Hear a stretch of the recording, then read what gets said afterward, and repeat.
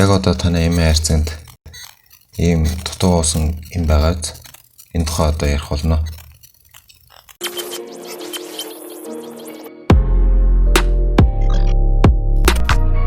Jazz Media. За сайн байна уу? Өнөөдөр би танд эмийн зохисхуу хэрэглээний тухай товчхон мэдээлэл хүргэж байна. За хүний биед маш олон төрлийн бактери, нян, вирус, шимэгч амьдарч байдаг гэдгийг Англи, Америк, Турк гэх мэт улс орнуудын эрдэмтэд аль хэдийн баталгаажаад байгаа. За хүн нас барахад цогцос өнөр орж эхэлдэг.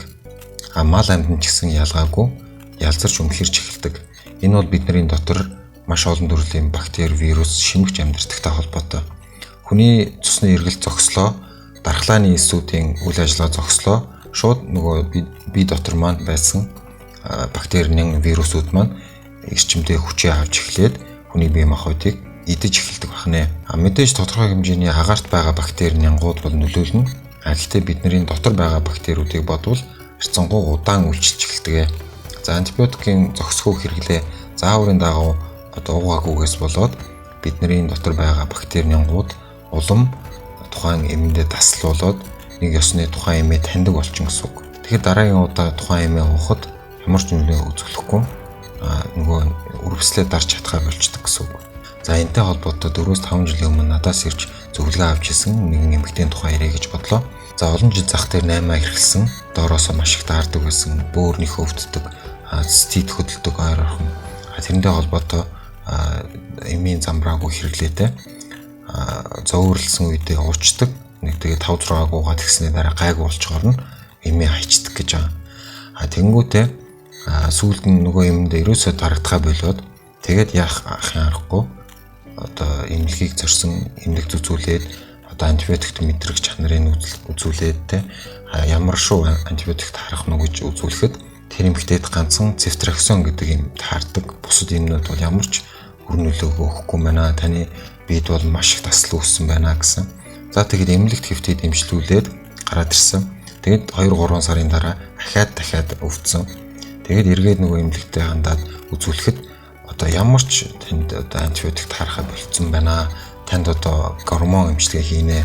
Өөр ямар ч эмчилгээ байхгүй гэд одоо ойлгох шахам манай байгууллага дээр орж ирчихсэн. Тийм тохиолдол байдаг. Тэгэхээр Монголд бол байдал ерөнхийдөө бол ийм байна. Манайхан өөрсдөө дур мэдэн эмийг бол маш хэмжээгээр замбрааг авч хэрэглэдэг. За эмийг яагаад 10, 20, 30 ширхгээр нь савлаж үйлдвэрлэдэг вэ?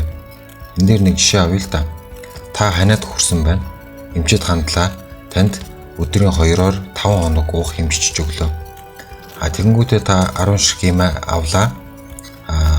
Эхний 3 өдөр уугаад эхлэнгүүтээ нөгөө ханиад маань ингэ зөөлрөөтэй цэр гараад зовөр нь багасаад эхэлнэ. Ханиалган багасаад эхлэнгүүтээ одоо шинэ хамар битүүрдэг байсан бол хамар онгойгоод эхлэх юм бол та энэ нэмээ хайчаад байгаа. Тэрэнд л хамаагүй турч байгаа.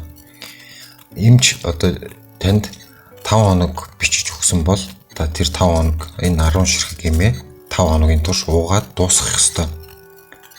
Үнэхээр одоо жишээ нь таны ханиад 3 хоногийн дотор одоо намдаад ямар ч асуудалгүй болчих байсан бол энэ эмийг тэгж 10 ширхгээр нь үйлдвэрлэх юм бол шаардлага байхгүй. Энэ бол нэг курс гэж авдаг.